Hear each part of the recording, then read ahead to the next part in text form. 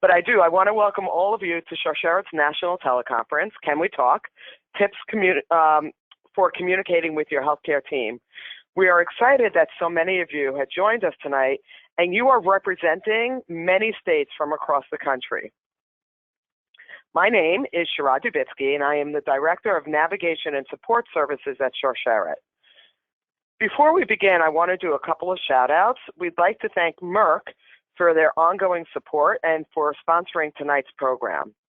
We'd also like to thank our partners in collaboration for this event, Cancer Support Community, Johns Hopkins, and Dana-Farber.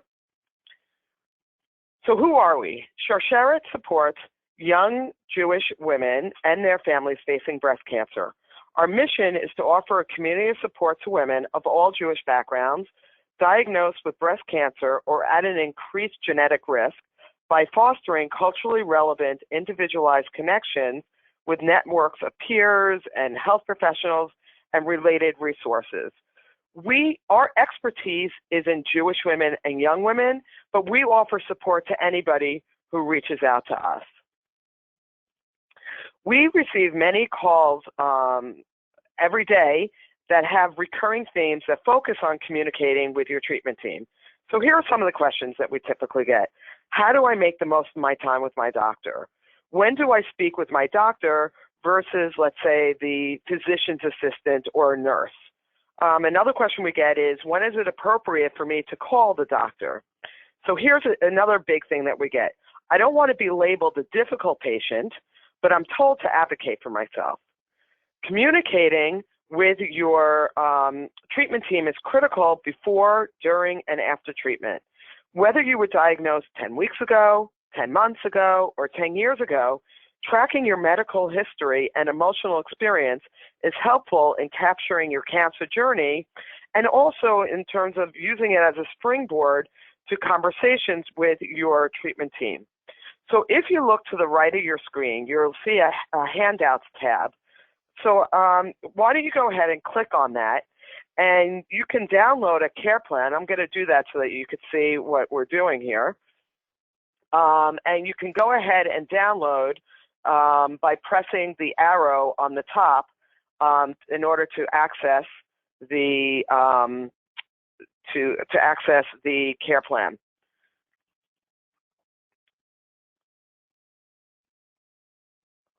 Sorry. Okay. So this care plan is also included in a survivorship kit that you can customize based on your personal needs. So go ahead, reach out to Sharsheret. You can order your full kit. It's a free resource that also includes a cookbook and a pedometer. I imagine that many of you on tonight's call have spoken with your doctors about participating in a clinical trial. I want to encourage you to visit Sharsheret's website and access the transcript or an audio of an earlier teleconference that we did that addresses the facts and myths of clinical trials. I also would like to introduce our new clinical trial brochure that you could see here up on the screen, which is now available to be ordered. This resource can help guide you in your discussions with your treatment team about clinical trials. And one last thing before I introduce our speakers for the evening. You can go ahead and ask questions throughout the teleconference by typing your questions in the question box on your dashboard on the right side of the screen. I'm just going to ask if you can keep your questions broad in nature so that everyone on the call can benefit from the discussion. We will try to get to as many questions as we can after the presentations. And for those of you who are not joining us on the computer, please know that you can call Sharsheret at any time with your questions, and we will certainly address your concerns. So it is now my pleasure to introduce our first speaker, Dr. Noam Drazin. Dr. Drazin is a physician in the Cedars Sinai Medical Group. He specializes in the treatment of a wide range of solid tumors, cancers of the blood and lymphatic system, and blood disorders that are not related to cancer. After earning his medical degree from Albert Einstein College of Medicine in New York City, he completed an internship and a residency at Cedars Sinai Medical Center. He received his hematology oncology fellowship training in the combined programs of Cedars Sinai and Olive View, University of California, at UCLA Medical Center. Dr. Drazin has special interests in education and communication, having completed intensive training in promoting effective communication with cancer patients and their families. He encourages patients to enroll in clinical trials as a way to receive the most advanced care, and he makes community presentations on the latest therapies and research in cancer care. We are also fortunate to have Dr. Drazin as an active member of our California Community Advisory Committee and as a Team Sharsheret athlete who will be running the LA Half Marathon with his wife, Cindy. So Dr. Drazin and I both like to welcome you and cheer you on. So go ahead, the conference is yours. Thank you so much, and I appreciate the wonderful welcome and introduction. I'm hoping that this presentation that I put together today will be helpful in a wide variety of reasons. Sharsheret is a wonderful organization, and I've had the absolute pleasure of being able to refer patients to Sharsheret, as well as now participating more directly with the organization as they've opened up an office in the Los Angeles area, a local office with a wonderful regional director, and obviously I really enjoy teaching both patients and medical students and residents. So I really love the opportunity today to discuss communication with the audience. So why don't we move on to the slides if we can. All right, let's go to the first slide.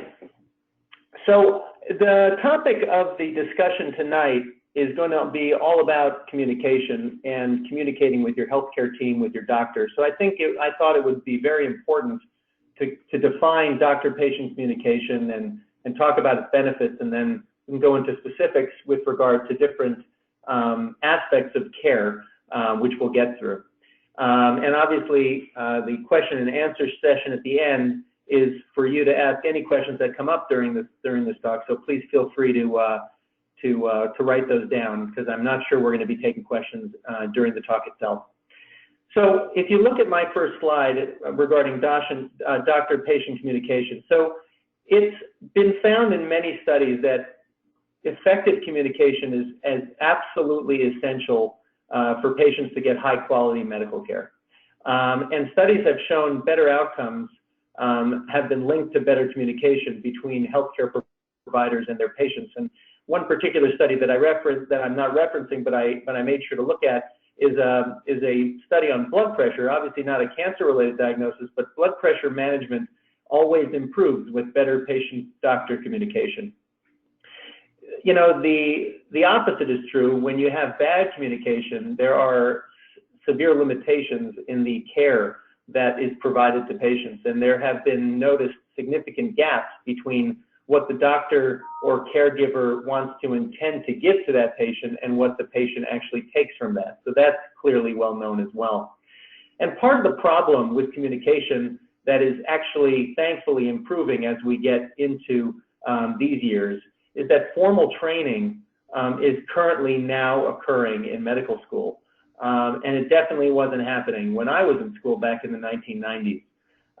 So I would say that doctors in their early to late 40s at this time or older may be more paternalistic in their styles, and I'm going to go ahead and define that at the next slide. Younger doctors who may have undergone actual official and professional training in communication may be more apt to advocate for patient autonomy and more mutual approaches to care, as I mentioned, which we're going to talk about as well. But we really want a two-way street, right, between patients and doctors. And for the most part, I think that's what most people want.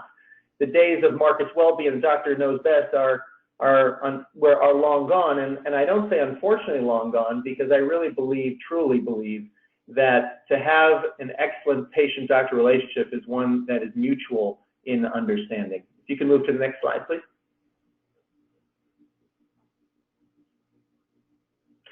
Great. So I think what's best is to really define as a patient what works best for you. What do you want in your doctor? So do you prefer a doctor's boss role, or what's known as the paternalistic role for physicians and patient-doctor relationships. And I think that is kind of on the minority side these days. I wouldn't say it's completely absent, but I would say I don't see much of it anymore. And it tends to be desired by patients and families when the patients are particularly ill at times. And it also provides some relief from the burden of worrying about your own care. Now, I will tell you that there are a few patients that I've come across in 20 years of practice that like that approach, but I would say the more common approaches are the ones below, which we're going to talk about, such as the mutuality approach to healthcare, which is where physicians and patients both are standing in front of their care. It provides more patient understanding of the disease and the treatment. And there's shared decision-making and a partnership between the physician and the patient with regard to their care. And it also includes upfront discussion regarding the goals of therapy and wishes. And I think, I don't want to give this short shrift. The issue of goals of therapy and goals of care is extremely important these days in understanding how to proceed when it comes to patients with advanced disease and patients with poor outcomes. So it's really important to feel comfortable discussing those goals of therapy, and actually to find a physician that is willing to discuss those with you, because that may not be always the case. And then the last type of communication, which is also not so common, probably as common as paternalistic roles, is a consumerism approach to healthcare, where the patient themselves calls the shots and the physicians are passive in this relationship. And I'm not sure in what situation that actually works, because as much as patients want to take control of their care, they don't necessarily know what the best thing for them or their family is. So I'm not sure that a consumerism type approach works. And a lot of how we see consumer-directed marketing by pharmaceutical companies kind of pushes that consumerism approach, but I also see it as helping with the shared decision-making approach where patients are well-informed. Next slide, please.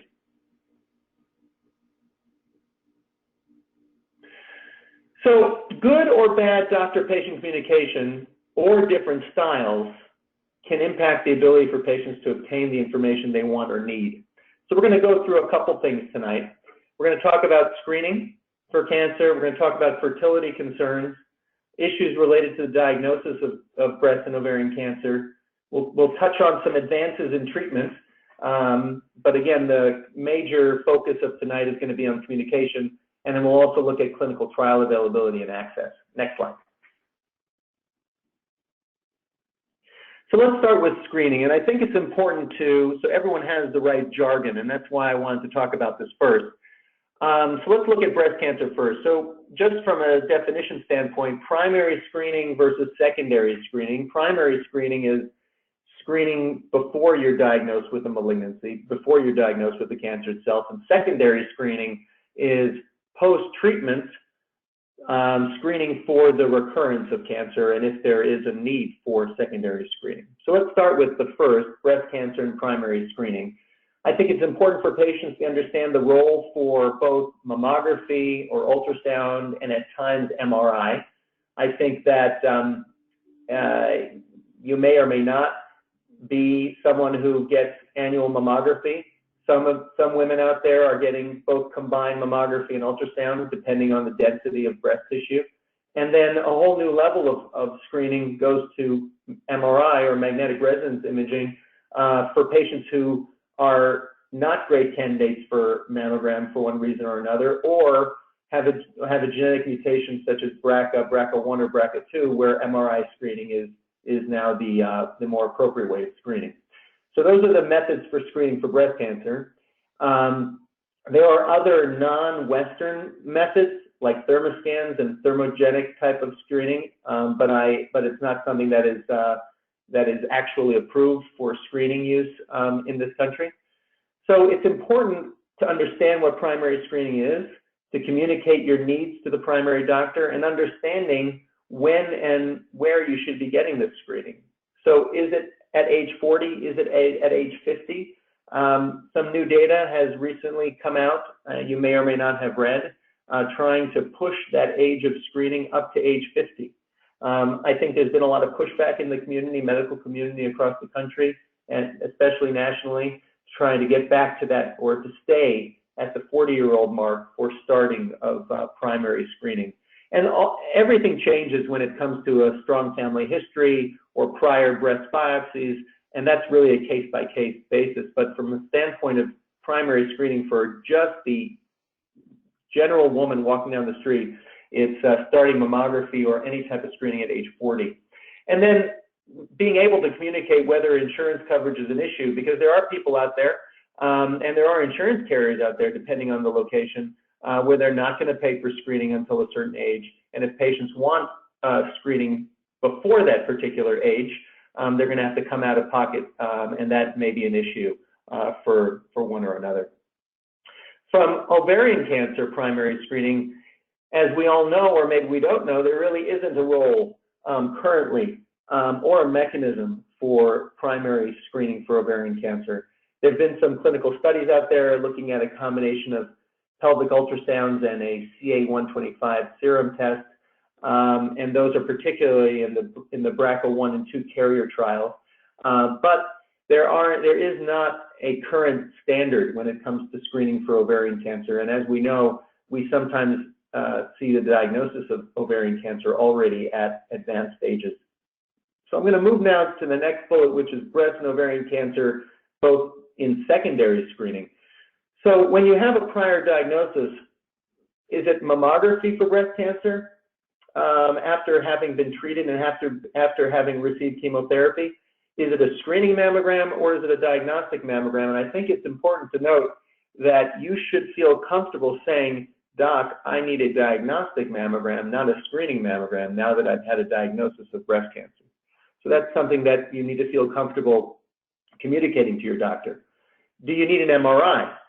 So if the original cancer was not detected with regular x-rays or mammography, then MRI probably is that next step in secondary screening in that patient population.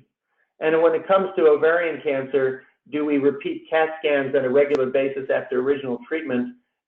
There are guidelines from the GYN oncology world with regard to that. And those are your secondary screening methods. The most important is communicating effectively with your oncologist or your care provider, whoever that may be, and be in charge of that aspect of your care. So knowing what you should be getting at that time is extremely important. Next slide, please. So I also think it's extremely important when we're talking about screening for cancer. What do we mean when we're diagnosed? So there's a very big difference between being diagnosed with advanced disease or metastatic disease or a localized disease. So let's talk about localized disease to begin with, in breast, for example. And that's with or without lymph node involvement, usually stages you at anywhere between stage 1, 2, or 3.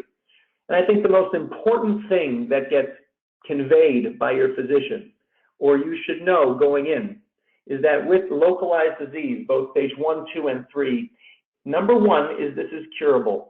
It's really most important at that time for your doctor to tell you that you are free from disease. And that is probably the first sentence that comes out of my mouth when I see a patient newly diagnosed with breast cancer, or at least localized breast cancer, should be the first sentence out of the mouth. Because as you know, if you have been a patient or if you have had a friend who has been a patient before, sitting in that waiting room after being diagnosed and coming to see that oncologist for the first time is an extremely anxiety-provoking event. So being able to kind of take that down a notch when you hear from a clinician that you're in the curative mode of therapy is extremely important. So you should know that going in. You should also know that the term adjuvant, or the treatment provided called adjuvant treatment, is chemotherapy or hormonal therapy that's given to someone to reduce the risk of recurrence. It is not to treat active cancer. It is to treat the potential risk for recurrence. So it's preventative treatment. And it's really important that at least that is understood, or you feel comfortable asking your doctor to explain that, because it's a totally different mindset than actually treating a cancer that's currently in the body. This is post-surgical. There's a whole aspect that I'm not talking about, which is neoadjuvant or preoperative chemotherapy, which happens in certain cases, where patients are treated with chemotherapy before surgery. But in this case, I wanted to talk more about the adjuvant therapy or preventative treatment. I can answer questions regarding preoperative chemotherapy after in the question session. So my practice experience has been over the past 14 to 20 years that surgeons don't usually communicate the issue of curable disease or the fact that everything's been removed. And again, from an oncology standpoint, that should be the first sentence out of my mouth when I see patients. Next slide. So when it comes to recurrence, I mentioned it a little bit before in the adjuvant therapy component, is that there is a risk, and there's always a risk. And chemotherapy done in the adjuvant setting or the preventative setting reduces that risk. It isn't a guarantee, but it takes the risk, whatever that may be, down from 30% to 10%, from 50% to 30%, whatever that may be. It's an improvement in the outcomes or improvement of the odds of recurrence. But the truth and the most common thing is that anxiety and the fear of recurrence is extremely common. And patients, when they come to see me, regardless of how long it's been since their treatment, whether it's been 2 years, 3 years, 5 years, 10 years, they're always worried about disease recurrence. And we try to ignore these stories, and I think the internet is a great resource for patients, but it's also a great anxiety provoker, because the internet is a great place for, I've always said this, great place for miracle stories and nightmares, and there's not much in between. So we tend to concentrate on looking at worst case scenarios when we search on the internet, and we always try to avoid the information about stories of cancer coming back after 5 to 10 years, but they do occur. So we do want to identify the fact, and I try to identify the fact, that patients have anxiety, and they may be a good candidate for either an anti-anxiety drug or an antidepressant. And I think as a patient, you need to feel comfortable asking for that medication, or at least verbalizing that you are anxious and you're nervous and you're worried about this. And there is a role for pharmacologic benefit when it comes to that. Next slide, please. So we're going to move on to metastatic disease for a sec. And whether it's advanced breast disease, stage 4, or advanced ovarian disease, such as stage 3 or 4, we either diagnose someone with metastatic disease or advanced disease either at diagnosis. So sometimes, unfortunately, patients are diagnosed with advanced disease up front, or at recurrence. And it's important to know when patients recur, it's almost always a systemic recurrence, not a local recurrence. So when we talk about chemotherapy to prevent recurrence, we're talking about chemotherapy to prevent someone from developing stage 4 or advanced disease. So metastatic disease, however, is not curable, but extremely treatable. The possibility of turning advanced breast cancer into a chronic illness because of the many advances in this field. And patients need to know this information prior to making their shared decisions regarding their care. So I am not a fan of sugarcoating prognostic information when patients present with metastatic disease, whether they present initially with metastatic advanced disease or at recurrence. All my patients know that their disease is not curable, but they always leave my office with a plan. And whether that plan is for continued treatment or advanced treatment, and that's great. If the plan is to do nothing, then whatever they're comfortable with doing. But the important thing is having that discussion and not coming out of a visit with a physician with undue expectations, which may or may not be realistic. So we can talk about those further. Next slide, please. So I was asked to touch a little bit on fertility, because I think fertility is a big issue. it's an issue that is sometimes ignored by clinicians and ignored by doctors and caregivers and thought about almost constantly by the patients themselves. So it's a really important topic to be discussed. It should be mentioned by the physician or at least by you if you are suffering from a disease. And it doesn't matter whether you're either diagnosed with localized disease or advanced disease. You should be bringing it up if you can, if you feel comfortable doing that. So the question is, if you're a young woman without prior childbearing history, is there a risk for future childbearing? And without getting into significant details, patients who've had breast cancer, if they have hormone receptor positive disease and they're on hormone blocking agents, they may not be a good candidate for having a pregnancy. So the question then goes, is there going to be a situation, is there an opportunity for egg or embryo harvesting prior to starting chemotherapy? Even if it's someone who's not going to ever be able to carry a child. So do we want the opportunity to exist, to have that, to have those harvested for use at a later date?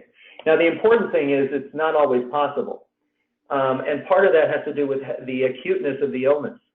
If someone has advanced disease or has a lot of disease that needs chemotherapy almost immediately, or has a very high risk of recurrence and needs chemotherapy, there may not be enough time to undergo the proliferation and the harvesting of eggs and embryos for this purpose. But it's definitely something that needs to be discussed. There are also fertility implications from the BRCA gene issues. And I encourage you all to discuss that with your clinicians. And now there is actually technology from a fertility standpoint of selecting out embryos or eggs, actually, that do not carry the BRCA mutation that you may carry. So the technology has progressed to that point, which is amazing and fantastic. And I think it's important to note that not all chemotherapy make women sterile. So the previous very aggressive chemotherapies that we used to give to patients with breast cancer almost always led to significant ovarian failure, but that may not be the case. But again, there are no guarantees in life, so having that discussion and getting your options out in the open before you start therapy is extremely important. Next slide, please. So I was asked to talk a little bit about treatment advances. I'm going to spend just this one slide just so that you feel comfortable maybe understanding what those therapies are. So what you should feel very pleased and comfortable about is that there is a large armamentarium of drugs for treatment of both breast and ovarian cancer. This is the new age of oncology. There's less toxic standard chemotherapy, which translates into fewer cycles of chemotherapy, so less time down. We're no longer using the red devil for any of you in the audience who had received doxorubicin or adriamycin in the past. That's not really used very much anymore. There are certain situations which we do, but it's not a very commonly used drug anymore in the treatment of adjuvant breast cancer. There is a whole new age, as I mentioned, new age of oncology based on molecular-based therapy. There's HER2-based therapies in breast, so that's Herceptin and other type of HER2-based directed therapy. There's this whole class of drugs, palbociclib, ribociclib, abemaciclib, which is not yet out, but those three types of drugs. Ibrance is one of the trade names used in advanced breast cancer. This is a new but amazing therapy, which have greatly increased quality and quantity of life in patients with advanced disease. And they're the PARP inhibitors, or this type of molecular therapy specifically useful in patients with BRCA mutations in ovarian cancer, has been extremely effective in the treatment of advanced disease. And there's constantly studies going on looking at utilizing those earlier in therapy in ovarian cancer. And then there's a whole aspect of immunotherapy. You've seen lots of commercials out there on TV, in periodicals and magazines. Keytruda, for example, an immunotherapy by Merck, who's one of our sponsors tonight, is a PD-L1 inhibitor, and both PD-1 and PD-L1 inhibitors are out there and currently approved for use in multiple cancers. Not yet breast, not yet ovarian, but I'm sure there are clinical trials currently ongoing looking at those cancers, but already approved in melanoma and lung and head and neck cancer, and very effective in those cancers. And there are lots of ongoing clinical trials in many different diseases. So I do represent this. It gives me optimism, looking forward to be able to practice in an age where we're saying goodbye to the more toxic chemotherapies and welcoming the more molecular-based therapies. Next slide, please. So I think when you've been able to have or generate a good patient-doctor relationship, I think it's important to at least address the issue of second opinions and the ease of obtaining second opinions. So a lot of the issue and the ease of obtaining second opinions is dependent upon the communication style. So someone who's paternalistic, right, doctor knows best type of communication style, you're probably, if you're a patient of that type of doctor, you're unlikely to really obtain second opinions, or at least feel comfortable obtaining second opinions, because your access is very much dependent upon that doctor making that choice. When you have more of a mutualistic or shared decision making, there is less of an ego-dependent care from the physician side, a much more cooperative care towards clinical trials and other colleagues in the community. And just from my personal experience, patients are always asking about clinical trials and opinions, and I am fully supportive of patients seeking second opinions and potential instructions regarding clinical trials and clinical trial access. And part of that is related to the fact that you need to somehow, as a clinician, and I've tried, and I think I've successfully been able to do this, is leave my ego at home, and say that you feel comfortable sending a patient elsewhere when you aren't the expert in that particular field. Or if there's a clinical trial that may be the best option for that patient, then you feel comfortable sending that patient away, which may mean you never see that patient again, or they're out of your care, they're out of your hospital system, out of your practice. And that should be okay. So it is worth discussing how your physicians feel regarding second opinions. And I would say that in my experience, my contemporaries feel very comfortable, because it only strengthens that confidence in the great care that you're currently getting. Next slide, please. So from a tip standpoint, and how can I help you kind of navigate through this and through communication? So I think probably the most important thing to hopefully be able to accomplish is correspondence.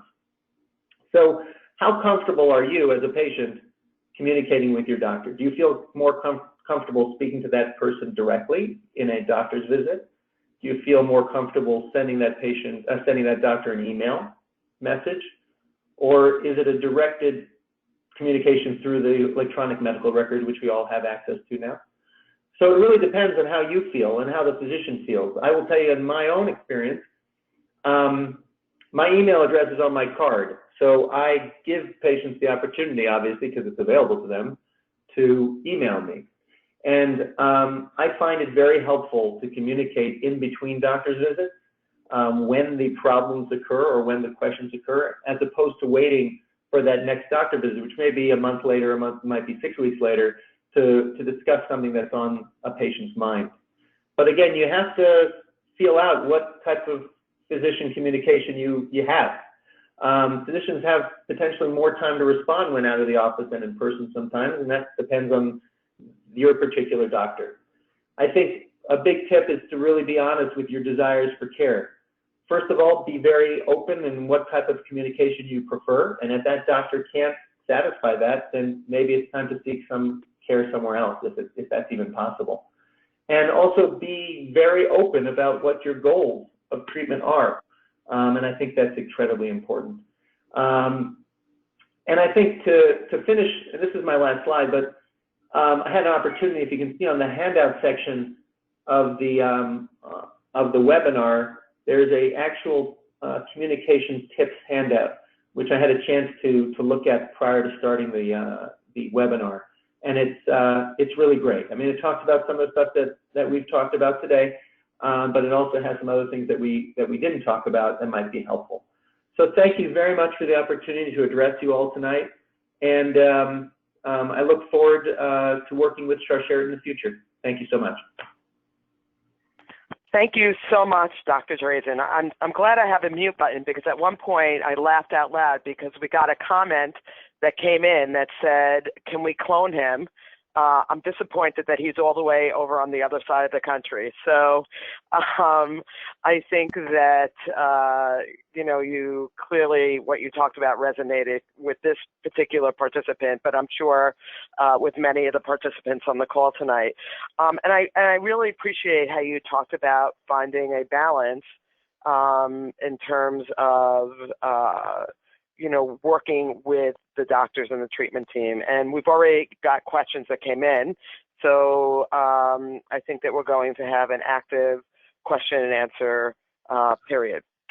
So thank you very much. I'd like to now introduce Melissa. Melissa is a Sharsheret peer supporter, and she is going to share her experience and some of her takeaways about communicating with her treatment team that she is going to share with us. So Melissa, go ahead. Yeah, hi everyone. Before I start, I want to thank the doctor. I'll also say, wish you lived around the corner from me. Be really happy to have a doctor who's so thorough as you. So thanks for your time. So I went for a routine mammogram in April of last year, 2016, and was diagnosed that day with breast cancer. The tech there said to me right there, you need to have some type of surgery no matter what they say. I had a unilateral mastectomy last summer, and I was diagnosed with stage 2 post-surgery. I did chemo and radiation, and I just, at the beginning of July, did my exchange plastic surgery. Sharsheret's been a big support to me through my whole breast cancer journey, and I'm so happy to join the call tonight and have a chance to give back to Sharsheret. So thanks to everyone for giving me this opportunity. So I wanted to give a few examples of what happened to me, which alerted me to be my own advocate. I should tell everyone, you got to listen to your gut. I didn't like my oncologist nor the office staff at the beginning. My interactions with them were really strained, and I didn't feel like they were easily accommodating. I was told that this all happened last summer, so everyone was like on vacation. It was very hard in communicating. And I was told that I had to start treatment as soon as possible and that I had a small window of time to make decisions. I wish I had met with another oncologist, but I didn't listen at the time to my gut. It was so overwhelming. I've since learned to take a breath, trust my instincts, and make decisions from a thoughtful place, not an emotional one. When I first went for chemo treatment, there was a lot of confusion, and it seems like no one knew what was going on. I again felt a lot of pressure to proceed, even though there was little clarity about my case. I learned to keep track of my records and information. The hospitals just seemed to be such a large place, and communication between the departments was not always reliable. When I went for my second chemo treatment, the staff in the oncology office was unclear as to whether I was having my first or second chemo treatment. It was discovered that there was 2 charts going on me, and no one really offered any type of explanation. I walked into the infusion center that day and asked for Reiki. The hospital kept raving that they provide all different types of services during the chemo. So I must have asked about 20 times during my chemo session for the Reiki, and the woman showed up just as we were finishing. And she said, okay, I'll work with you for about 5 minutes. And she said, wow, you're really stressed. I think you really need this. It's like, yeah, thanks. I really needed that. The very next day, I went back to that hospital for my Neulasta shot. They took me and my mother into like this very small room. They then brought in another patient with 3 family members into the same small room. A nurse starts talking to me about my private care and information in front of the other patient and the family. Well, to say we got upset was an understatement. I didn't end up getting the shot, but after such a mess that day, the mess the day before with having two charts going on me, I told the head of the infusion center that I was never getting any treatment by anyone but herself. There was just too many mess ups. And this is when I started asserting myself and advocating for myself. It was then I decided to get a second opinion. I then went to 2 other doctors. I got 2 more opinions, and both told me that I did not need chemo. So I had already had 2 rounds of chemotherapy. I then switched oncologists and started radiation. Another takeaway is that it's okay to go for second opinions. After I decided to go for my second opinion, I started to feel validated and heard in a way that I really had not felt before, and just kind of back to the beginning point of like trust your gut when you're in, meeting all these doctors. Along the way, I learned that sometimes it's more helpful to speak to nurse practitioners, physician's assistants, or others on my treatment team to better understand my medical status and to walk me through my options and what's currently going on with me. Before my surgery, this last plastic surgery, I insisted on having additional appointments with my surgeon. I totally wasn't clear at all what to expect. I went for one appointment, and I couldn't remember anything that the doctor said. And so I went back again, and then I went back a third time. My doctor was a little irritated, but I insisted that I wanted to know exactly what my breasts were going to look like and what exactly was going to happen to me, because I was feeling so nervous. And after having, having all this information, I thought it would be helpful to me. Since during my chemo care and after my mastectomy, I had another health scare when seeing my oncologist, and it was suggested that I have particular screening. It turned out that I couldn't have that screening because of my implant, and I don't know why I wasn't told this at the beginning. I walked in, they asked if I had any metal in my body.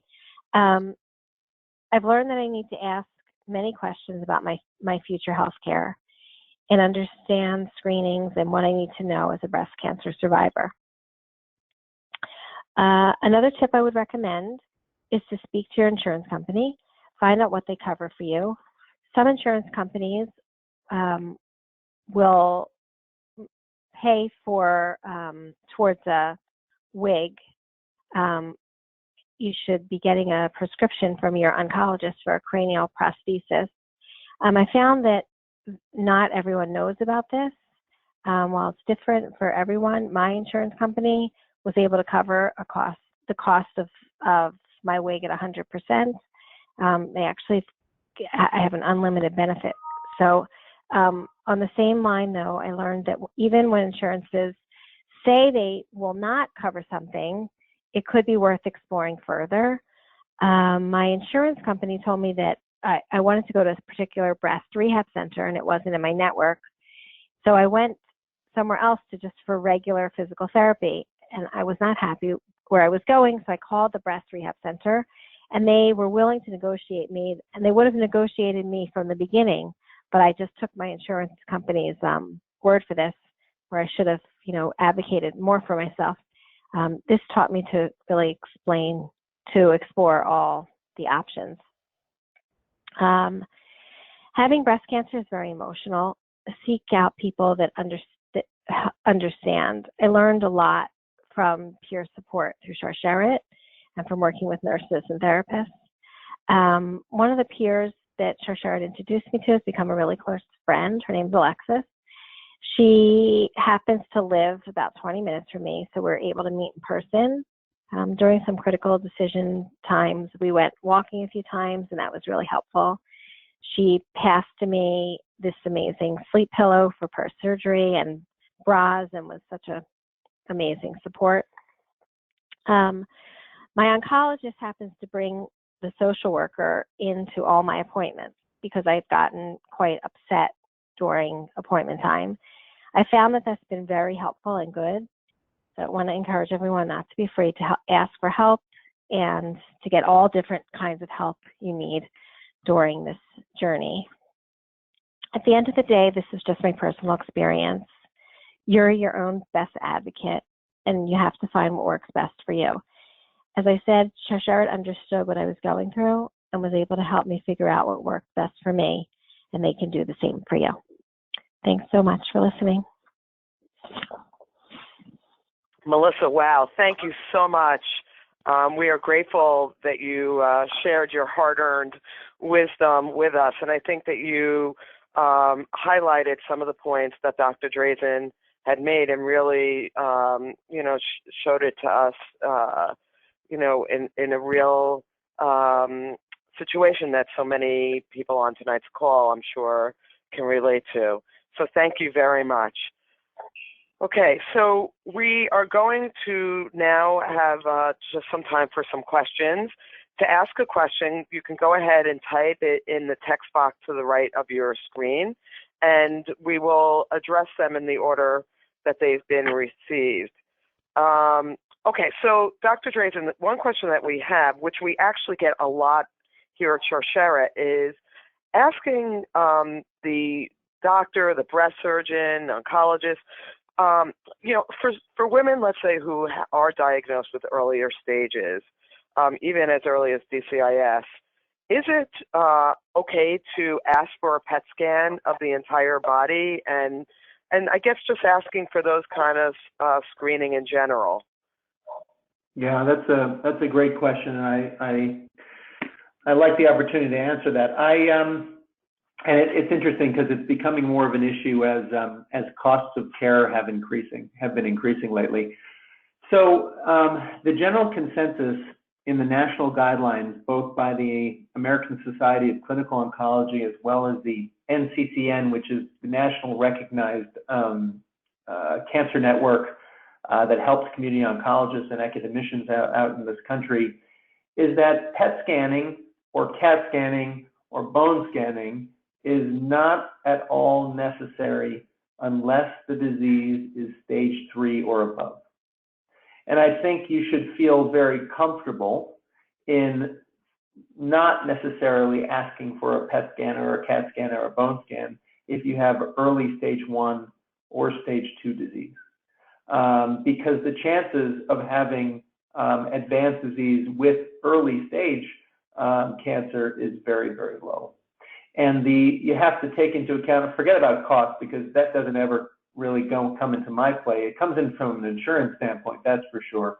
It may not be covered, but from the standpoint of screening and necessity, there is a risk for the amount of radiation you're getting. And I try to limit screening CT scans and PET scans and bone scans in patients who don't need it because the risk of the scan itself adds up over time and may be more risky than the benefit that you get from detecting something early. Okay, thank you. We got a question. How often do you go for checkup post-cancer? I guess, with all cancers, I don't know if that differs in terms of the cancer, but how often do you go for a post-checkup after treatment? Is that toward me? I'm sorry, is that a question toward me? Yes. Okay. Yeah, so I guess it depends on the cancer. It depends on the where you are in terms of the disease. So let's just split it up into localized disease. So if someone has had early stage cancer, breast cancer or ovarian cancer, has undergone surgery, radiation, or chemotherapy, the general consensus is that they see their oncologist every 3 months for the first 2 years, every 6 months for the next 2 years, and maybe annually after that. And then it really depends once you hit the 5-year mark whether or not you continue to see your oncologist. I tend to hold on to my patients beyond 5 years, but there are a lot of health systems out there that are encouraging oncologists and specialists to get their patients back to their primary care doctors to do the rest of the screening. So that's how often I see breast cancer patients with localized disease. When it comes to, or ovarian cancer as well, when it comes to advanced cancer, I typically see those patients, if they're on chemotherapy or any other type of treatment, as often as every cycle, which may be every 2, every 3 weeks. And if they're not on current therapy at the time, it's pretty much every 3 months forever. So that's how often I see. In terms of very early disease like DCIS or stage 0 breast cancer, in those situations, I may actually only see patients yearly or every 6 months and defer some of their care to their primary doctors. Okay, great. Melissa, a question actually came in for you, but I'm going to tag it with another question that came in on the same topic to Dr. Drazin. But I'll start with you, Melissa. How did you find your second opinion? How did I find my second opinion? Well, I happen to live in the New York area, and I have an oncologist in my social circles who actually he's a radiation oncologist, and he actually was like the first person I called when I had my initial mammogram, and he sent me to a particular doctor, and I really reached out to a bunch of different people. I'm just trying to think back, because I went to one doctor here in New Jersey, and then I went to a doctor at Sloan Kettering, and sort of through my parents and networking, we were trying to figure out, like where to go to, and yeah, that's. Okay, so it sounds like through networking. Yeah. So I guess Yeah. I'm going to, on the heels of that, Dr. Drazin, is there ever a time that you can actually ask the doctor that you're working with for a second opinion? And the part 2 to that question is, how often will the doctor and the second opinion doctor perhaps communicate with one another? Particularly if there's not a disagreement, but a different perspective. Yeah, so those are excellent questions. So I'd say the majority of cases, patients feel embarrassed to bring up the issue of second opinions with their doctors because they feel like they feel badly for going around them or potentially looking for another doctor to provide them with confidence. So in those cases, the doctor themselves may not ever know the patient sought second opinion consultation because they usually don't tell the second opinion physician who they're currently seeing. So it's all done kind of mysteriously. I would encourage, if you have the opportunity to have a good communication with your oncologist, to ask. And you should ask whenever you want. I mean, I think that in a complicated case, I think there's always a role for having another set of eyes and another brain look at things. It tends to be more common in cases that are a little more complex, that the answers may not be so straightforward and the treatment choices may not be so straightforward. So in those cases, you should feel very comfortable saying, listen, do you have someone who you would recommend that I go to see, just to get an idea, have someone else look at it? And there's always been a bit of hesitation on the patient side because they're worried about what the doctor's going to say. But in a good relationship, a more mutualistic or shared decision-making relationship, that physician should not feel threatened or worried that their patients are going to leave. Now, when it comes to communication, in those situations when you are potentially referring your patient to another colleague in another hospital center or another practice, then you're going to reach out to that person as well. And then I usually get a consultation report and occasionally a direct phone call when patients have been seen. And then I also bring it up. and I make sure to discuss it with the patient and make sure they feel comfortable staying with me. So it's not just about the treatment. It's about the treatment and the personality and the relationship. So if you're going to get the same treatment, but they're going to get along with that other doctor better, then that may be the better fit. So that understanding has to be developed, and it has to be understood before continuing therapy one way or the other. Okay. Continuing. Could I reply back for just one moment? Sure. Thanks. So what the doctor just reminded me, my case was quite complicated once I had gotten to the point of, and I was very intimidated by the first doctor because she was very adamant about what she was telling me. When I did go finally to the first, for the first of the second opinion, he had already had my chart, had reviewed everything before I got there, had called multiple doctors about me before I arrived, and had said to me, I want you to go to Sloan Kettering and, get another opinion. And I would have told you this from the beginning so that we can decide this. And he consulted with the other doctors and et cetera. That was also a key to me. It increased my trust in him because he was so open to getting, making sure we were getting the right care for me. I think that that's something to. I love that you added that. I would be on alert when for a doctor to be so clear on this, because nothing's clear in treatment for this disease. I love that you added that, Melissa, because I think it highlights what Dr. Drazin was saying about having a relationship and just, taking in information and seeing, what clicks for you in terms of that relationship. So thank you for that. Dr. Drazin, sticking with second opinion, somebody asked, when is a tumor board involved and how is that different than a second opinion?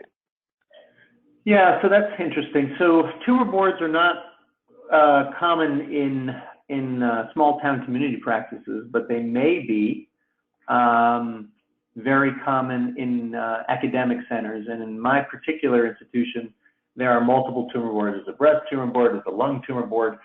But what it is a built-in second opinion, or that's how I bill it, or that's how I explain it to patients. Because the surgeon usually presents the case to a group of other surgeons, to pathologists, to radiologists, and to other oncologists as a challenging case. And they discuss it, and then they talk about what should and shouldn't happen, or what they would recommend. It's not about telling someone that they've done the wrong thing. It's all about what they, as a cohesive group, would recommend as a team. And sometimes that's done, and it doesn't require the patient to go meet somebody else. Doesn't require a billing of an insurance company, which may be something of a sticky matter when it comes to getting some second opinions out of your kind of panel of doctors that you're able to see. So it allows kind of an internal own second opinion, which provides confidence to that patient that they're getting the right thing, and also provides confidence to the doctor. I always enjoy when my cases are being presented to tumor boards because it's my own kind of spell check that I'm doing the right thing, and it's been validated by other physicians who treat the same type of cancer. Great. We have a question from a woman who is talking about being in active treatment, and she wants to know when she wants to speak with her doctor outside a scheduled appointment, but sometimes feels like she has to get through the gatekeeper of his office. Any suggestions on that? Yeah, so that goes to one of my original slides, where you have to, at that first appointment, get the topic of correspondence and communication out there. Is how am I going to reach you, doc? How do I do that? Do I have to go through the secretary? Can I send you a message by email? Could I send you a secure message through the electronic medical record? Getting that out there without being the kind of worst case scenario where you're undergoing treatment and you have a problem and now you can't reach your doctor. So it's really important to do that up front. Okay.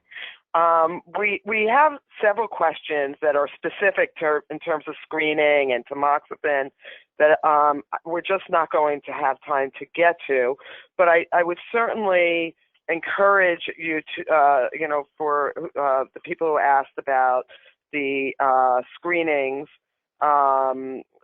to certainly, you can call Sharsheret or to actually call your doctor's office and ask the particular questions about screening and tamoxifen based on your particular situation.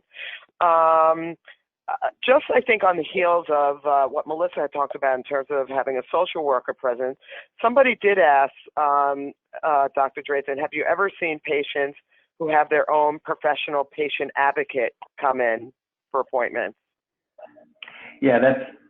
I'm smiling now only because my mom, my 76-year-old mother, who is a retired microbiologist, has now started to do her own business of being a patient advocate. And it's very common here on the West Coast. These are, it's for patients who can pay cash. It's an hourly type rate. And it's very common. And it's incredibly useful for patients who don't have family members or good support. Now, that shouldn't really apply to anyone who has access to Sharsheret, because I know that Sharsheret could provide someone to come with you to doctor's visits and things like that to help you understand, or at least scribe during appointments to make sure you don't miss anything. But sometimes you need someone to help advocate for you, and that's very helpful. Now, for those people who can't afford that, because there are very few people who can, there are health systems out there that have patient navigators, nurse navigators that do that, or case managers for a particular practice who can help with that. And that's becoming more popular as we understand that treating patients isn't about just the doctor and the patient, but it's also about the family and the social implications and things like that. So it's something we see a lot here in LA. So I just want to clarify that we don't provide services in terms of a navigator who will go with you, but we will connect you to a resource in terms of helping you to be able to find patient advocates. So that is certainly something that we would be able to do. No, that's okay. I'm just going to end the question part with a tip actually from somebody who called in, and I like this. She said, make a list of questions from the moment you leave the doctor's office until the next visit, and prior to the next visit, pick the 3 most important and prioritize the question during the appointments, because I think that that's a very effective way to make the best use of your time with your doctor. And then at the end of the appointment, ask the doctor, can you, for the other concerns that you have, what's the best way to be able to speak to them about it. So thank you, everybody, for the great questions. I want to just highlight again the handouts that Dr. Drazin referred to. So again, if you go to the right of your screen, you can access these helpful documents just by downloading, clicking them open, and saving for future use. One of them is Sharsheret communication tips that the doctor talked about, and the other one is who's who on your treatment team. And for those of you who are not on the computer but are participating just on the phone, you can access these downloads on our website after the webinar. You will be receiving an evaluation in your email within the next couple of days. So please just take a few minutes to complete the survey. Your feedback is valuable to us as we are committed to staying relevant by enhancing our programs to reflect the growing and changing needs of the women and families of the Sharsheret community. Sharsheret's expertise, again, is in young women and Jewish families, but our 12 national programs are, as I said earlier, open to all women and men, regardless of background. I want to thank Dr. Drazin really for masterfully helping us navigate and maximize communication with your treatment team. And I also want to thank Melissa again for sharing her story and bringing these issues to life.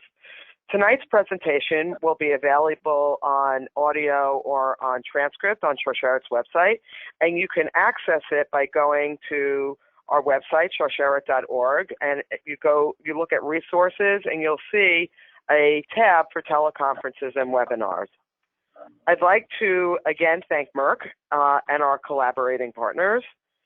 I hope that tonight's webinar was a helpful guide to helping you have more effective and purposeful communication with your doctors and treatment teams. Again, visit Sharsheret's website at www.sharsheret.org or call us at 866-474-2774 to discuss tonight's topic or any other concerns that you are facing. Also, like us on Facebook, follow us on Twitter, and enjoy the rest of your summer and have a good night.